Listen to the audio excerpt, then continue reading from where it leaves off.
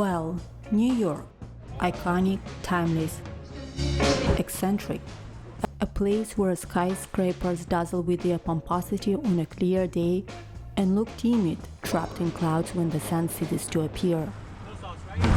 A city that never sleeps, a place where music never stops, and so does street noise, piercing, intrusive, and somehow unnoticeable once you get used to the sight of New York City. It's been almost 2 decades since I last visited New York, not just sprinting through JFK trying to catch a connecting flight, but actually walking the streets and checking some street art, both pretty and ugly.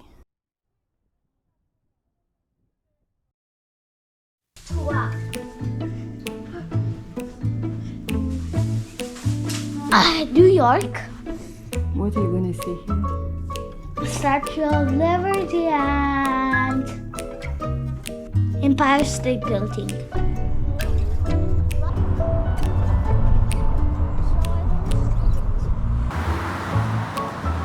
But first, some green spaces.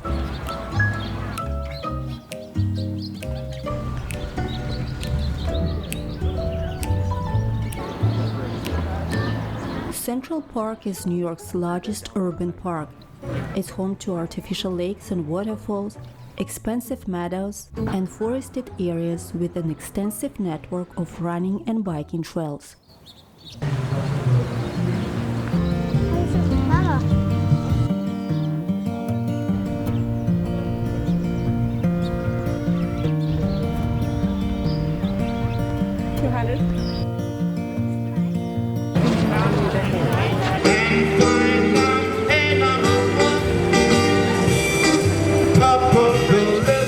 The cultural center of the park are historic Bethesda Terrace and Bethesda Fountain, where some New Yorkers like to perform or show their art to large audiences on an open price term.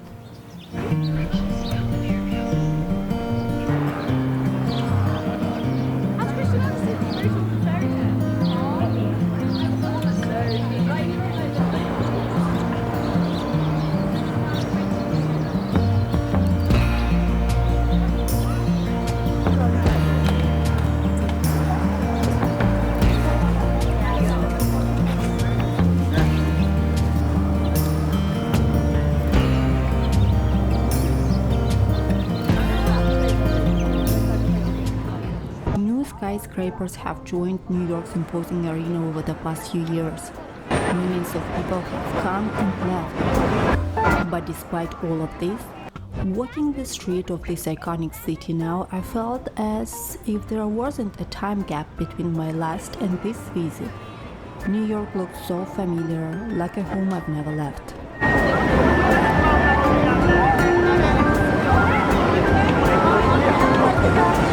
I want to see that ring. But since it was the first time visiting New York for Roshan, my mom and Dylan, we did many things that probably mostly tourists do. Or maybe not exactly.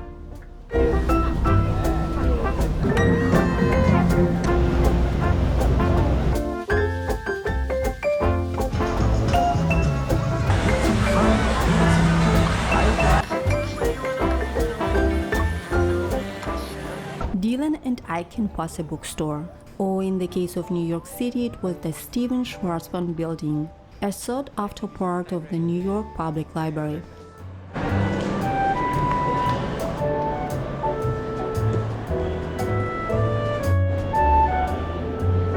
As expected, it was grand and beautiful.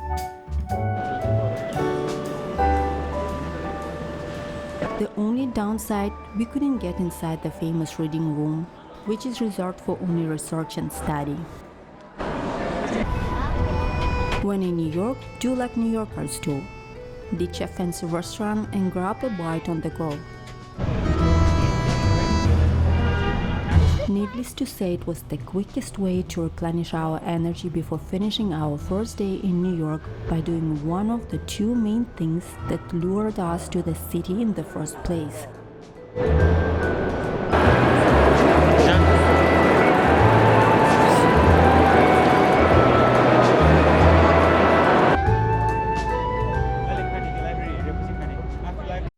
Since we arrived a little bit earlier and had to wait outside before being allowed to get inside, we did some gift shopping. The Statue of Liberty? Empire State Building and the Statue of Liberty. Just small souvenirs, not too bulky and not too expensive. Should I get Sissy?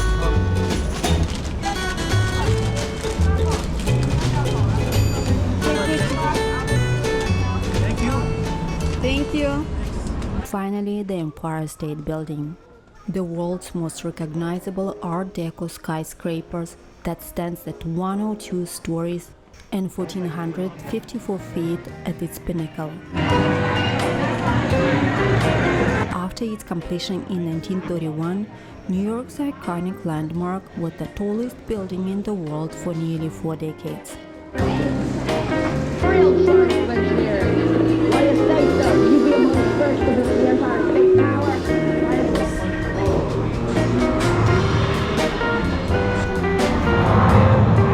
Papa, let's go down.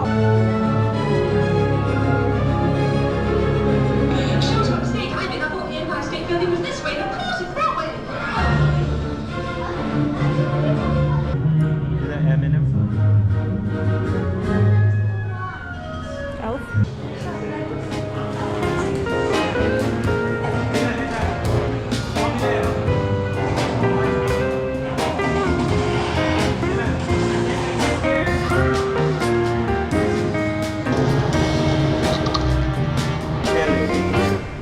Papa, what's him? And it's quite natural that we climb the Empire State Building for these views.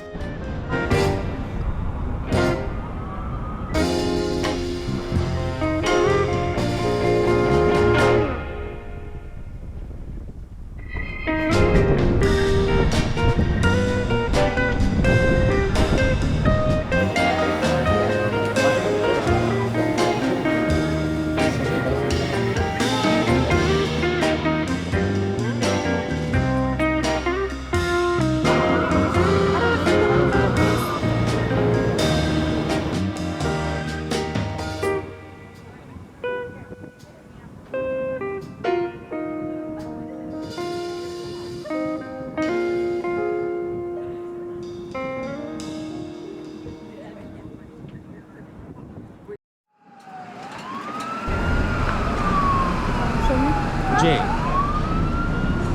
New York City didn't pamper us with good weather the second day. But we had two things on our itinerary that we were doing, rain or shine. The day started with hopping on a train and heading from Brooklyn to Lower Manhattan and exploring some landmarks of this part of New York.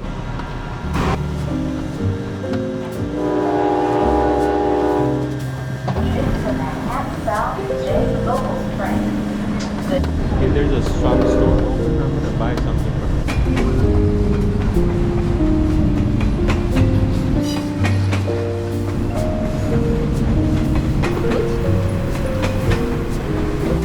Before they're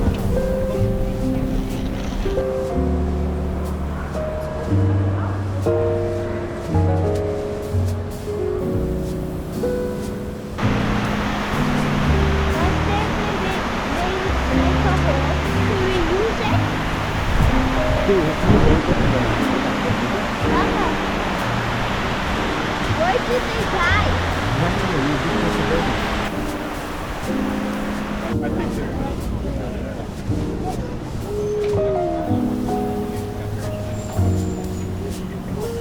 This one? This one? At 11 in the morning, we caught a ferry from Battery Park to Liberty Island to see the Lady of Liberty, as Dylan calls her, up close.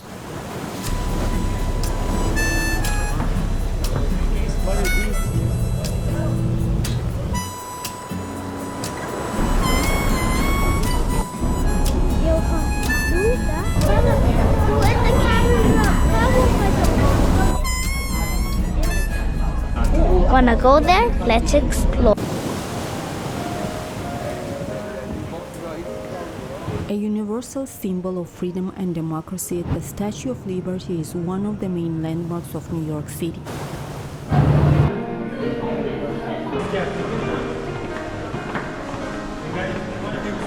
Yeah, let's go.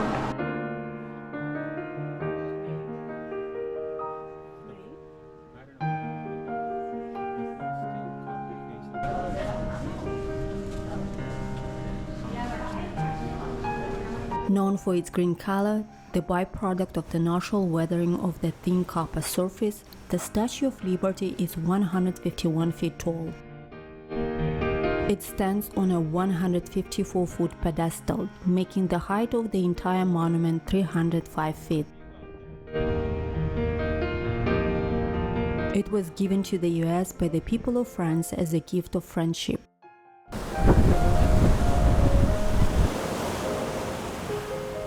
The statue was dedicated on October 28, 1886, and was designated as a national monument in 1924.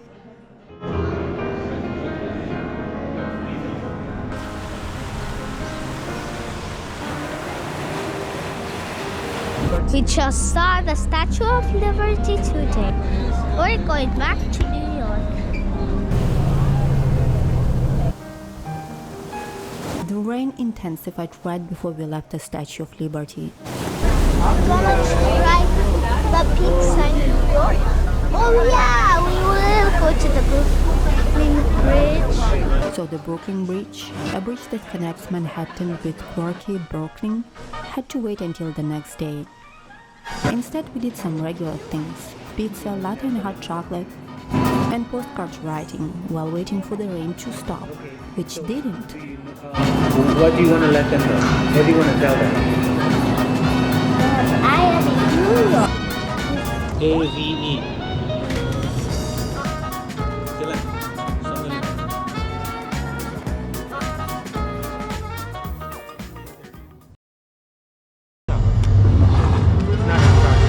One Vanderbilt will forever be ingrained in the fabric of New York City. This building broke boundaries, redefining what is possible.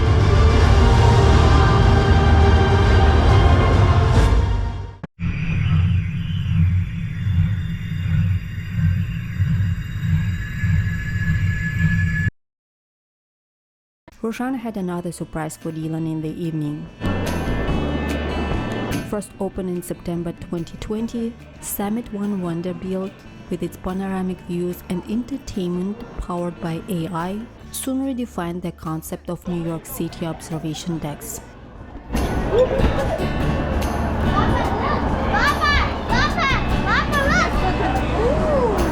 The vistas obstructed by heavy clouds, however, were non-impressive, or rather non-existing when we stepped inside the 73-story skyscraper.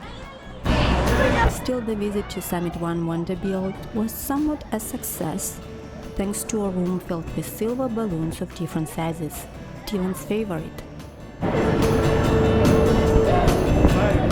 The rest of the rooms didn't stand a chance of meeting the high standards of a 7-year-old.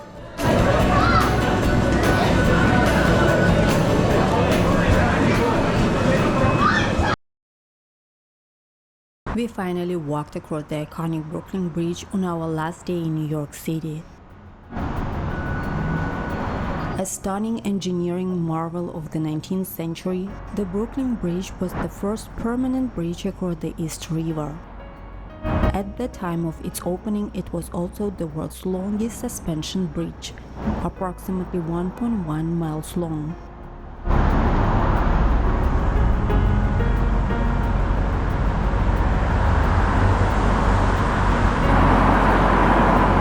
Normally it takes about 15-20 minutes to cross the bridge. We spent over an hour walking from Lower Manhattan to Brooklyn Heights. The design of the bridge as well as the views from it were too good to just rush from one end to the other without stopping, probably more times than it was needed. Why not?